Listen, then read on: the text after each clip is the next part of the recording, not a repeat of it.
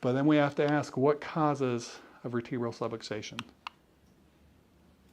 Stress.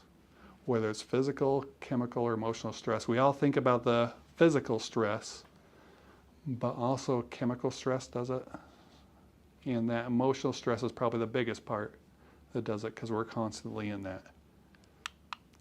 In fact, a lot of these things have been shown to even start back at infancy. There's actually been a couple big studies showing, and these were done actually by pediatricians, because they started to see kind of little infants when they first came into them were already having certain issues.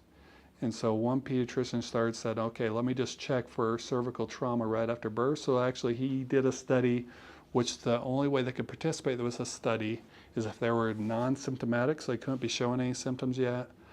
They had to have been within, I think it was the first 3 weeks of birth. And he started to see, one found 80%, the other one found almost 90% of kids already had some sort of cervical trauma right after birth.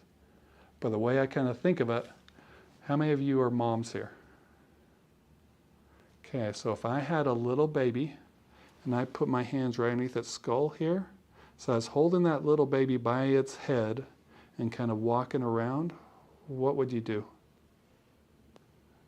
Yeah. Don't do that. Don't do this. I've had a lot of people tell you I'd grab the baby, I'd slap you, then I'd call CPS on you too.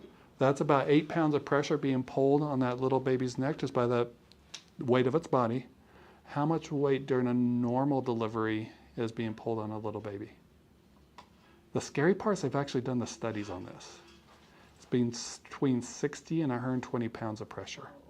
That's during normal delivery. Once we add in C-sections, forceps, anything like that, then that goes up from there.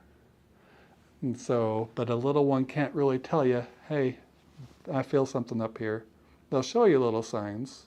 They'll have sleep issues. They'll have digestive issues.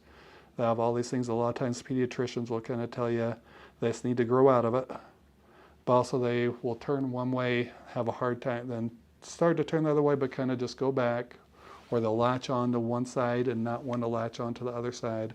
There's little things that we can see, but they aren't as well known in there.